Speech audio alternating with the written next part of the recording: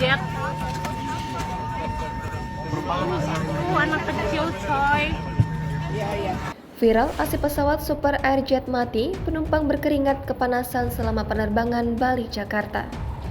Penumpang harus kepanasan selama 1 jam 50 menit lantaran pendingin udara diduga tidak berfungsi.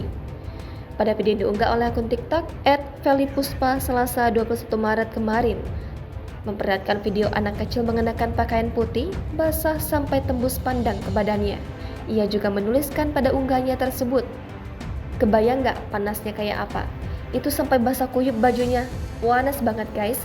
Ngap, keringat terus keluar, takut dehidrasi aja dan pingsan." Suasana dalam pesawat tersebut terlihat pengap dan gerah. Pada posting yang direkam sebelumnya, ia juga sempat merekam saat pesawat masih dalam perjalanan. Terdapat WNA dan juga terdengar suara anak kecil menangis.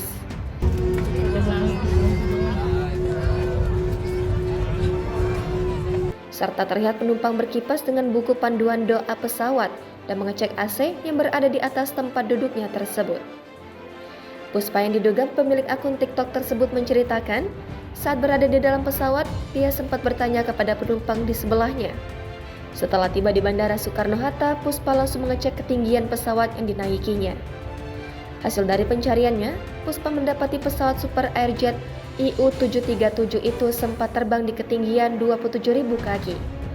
Namun dari perairan Banyuwangi hingga Bandara Soekarno-Hatta pesawat terbang di ketinggian 10.000 kaki. Ia mencari tahu hal tersebut, benarkah pesawat yang mereka naiki terbang rendah? Pasalnya, mereka bisa melihat gunung secara jelas. Puspa sendiri tidak mengetahui pasti masalah teknis yang terjadi di pesawat. Penumpang hanya diberitahu bahwa ada kendala pendingin, namun penerbangan tetap lanjut ke Jakarta. Meski banyak kendala yang terjadi selama penerbangan, Puspa bersyukur bisa tiba di Jakarta dengan selamat.